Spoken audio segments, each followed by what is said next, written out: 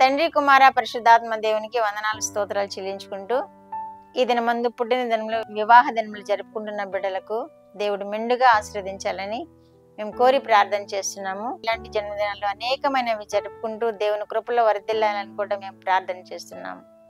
దేవుడు ఈ దినమందు మనకిచ్చిన వాక్యము యెషయా గ్రంథము 49వ అధ్యాయము 15-16 వచనాలు చదువుకుందాం. స్త్రీ తన గర్భమున పుట్టిన బిడ్డను కరుణింపకుండా తన చంటి పిల్లను మరచునా? వారైనా మరచుదురు గాని నేను నిన్ను మరువను. చూడుము, నా అరచేతుల మీదనే నిన్ను చెక్కి ఉన్నాను, నీ ప్రాకారములు నిత్యము నా ఎదుటనున్నవి. దేవుడి వాక్యం ద్వారా మనల్ని దీవించును గాక. చూడుము, నా అరచేతిలో నిన్ను చెక్కుకొని ఉన్నాను అని దేవుడు తెలియచేస్తున్నాడు మనకి. మరి ఒక చోట గ్రద్ద తన పిల్లలను మీ వీపు మీద మోయినట్లు నేను మిమ్మల్ని మోస్తూ ఉన్నానన్నారు. మరి ఒక చోట ఆయన వీపు వెనుక తట్టునే మన పాపములన్నీ వేసి ఉన్నావని కూడా తెలియచేస్తున్నారు. దేవుడు ఎంతగా మనల్ని కాపాడుతూ మన పాపముల నుండి మనల్ని విడిపిస్తూ చంటి బిడ్డ వల్లే మనల్ని కాపాడుతూ ఉన్నాడు. తల్లి తన బిడ్డనైనా విడిచిపెడుతుందేమో కానీ నేను విడిచిపెట్టను అని వాగ్దానం చేస్తున్నారు. ఇక్కడ మనం చూస్తున్నాం, తల్లులు కూడా ఈ మధ్య కాలంలో పిల్లల విషయంలో ఎంత భయంకరమైన పరిస్థితులు చూపిస్తున్నారో మనం వింటున్నాం, వార్తల్లో చూస్తున్నాం. చంటి బిడ్డలను కూడా చూడకుండా వదిలి వెళ్తున్నారు, చంపేస్తున్నారు. వారు చనిపోతే చనిపోయారు, చిన్న బిడ్డలను కూడా చంపేస్తున్నారు. అలాంటి తల్లులు ఉన్నారు. కానీ మన దేవుడైతే వారు తల్లులైనా మరుస్తారేమో కానీ నేను నిన్ను మరువను అని వాగ్దానం చేస్తున్నారు. దేవుడు మనల్ని మర్చిపోతే మనం క్షణం మాత్రం క్షేమంగా ఉండలేం కదా. ఆయన నిత్యము మనల్ని జ్ఞాపకం చేసుకుంటూ మన ఎడల కృప చూపుతూ ఉండటాన్ని బట్టి మనం ఈ విధముగా జీవించగలుగుతున్నాము. తల్లులైనా మరుస్తారు కానీ నేను మరువను. చూడుము, నా అరచేతిలో నేను చెక్కి ఉన్నాను అని దేవుడు తెలియజేస్తున్నారు. ఆయన చేతిలో మనం ఉంటే ఇంకా మనకి వేదన ఏముండదు, అశాంతి ఏముండదు. కనుక ఎప్పుడు ఆయన చేతిలో భద్రంగా క్షేమంగా కాపాడబడతాం. కనుక దేవుని యొక్క కృప ఇంతగా మన ఎడల చూపిస్తూ ఉన్నప్పుడు మనము కూడా ఆయనకి నిత్యము కృతజ్ఞతాస్తులు చెల్లిస్తూ మనము గడపవలసి ఉన్నది.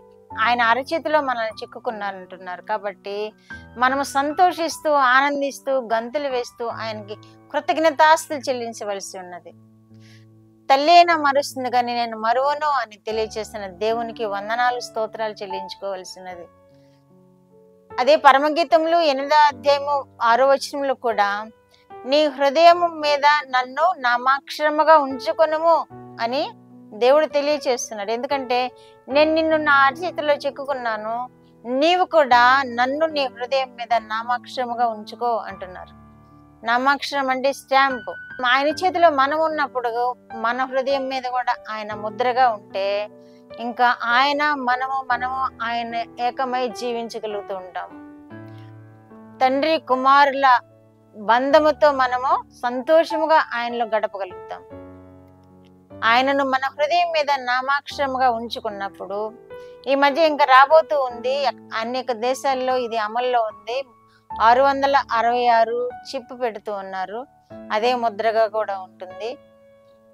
కనుక దానికంటే ముందుగా మన దేవుని యొక్క నామాక్షరాన్ని మనం ధరించినప్పుడు దేవుని యొక్క కృప మనకి ఎల్లవేళలా తోడుగా ఉంటుంది. ఈ లోక పరిస్థితులు ఎలా మారినా కానీ, ఈ లోకం ఎటు కొట్టుకుపోయినా కానీ మనం ఆయన చేతుల్లో చెక్కబడి ఉన్నాము. ఆయనను మనము నామాక్షరముగా మన హృదయం మీద ఉంచుకున్నప్పుడు దేవుడు మనల్ని అత్యధికముగా కాపాడే దేవుడుగా ఉన్నాడు, అత్యధికముగా ఆశీర్వదించే దేవుడుగా ఉన్నాడు. ఆయన కృపలో మనల్ని భద్రపరిచే దేవుడుగా ఉన్నాడు. ప్రార్థన. మా దేవ, మా ప్రియ పరలోక ప్రభువా, మీ పరిశుద్ధ పాదములకు వందనాలు స్తోత్రాలు. మా రక్షకుడైన యేసుక్రీస్తు దేవా స్తోత్రములు, పరిశుద్ధాత్మ దేవా స్తోత్రములు. ఇచ్చిన వాక్యం కొరకు స్తోత్రములు ప్రభువా. వినిచిన బిడ్డలందరూ కూడా నాయన ఆ విధముగా మీ గాయపడిన హస్తంలో క్షేమంగా ఉన్నారని మీకు వందనాలు చెల్లించుకుంటున్నాం ప్రభువా. వినిచిన బిడ్డలందరినీ కూడా నాయన మిమ్మును వారి హృదయం మీద నామాక్షరముగా ధరించుకునే కృప కూడా దయచేయండి ప్రభువా. అప్పుడు నాయన సదాకాలం మీరు వారితోనూ వారు మీతోనూ ఉండేలాగన వారికి క్షేమం దయచేయండి, కాపుదల దయచేయండి, ఆశీర్వాదాలు దయచేయండి ప్రభు. మీలో జీవించే కృప దయచేయండి. మీరే మహిమ పొందమని యేసుక్రీస్తు వారి పేరిట మనవులు మీ పాదముల యొద్ద వేడుకుంటున్నాను పరమ తండ్రి. ఆమేన్.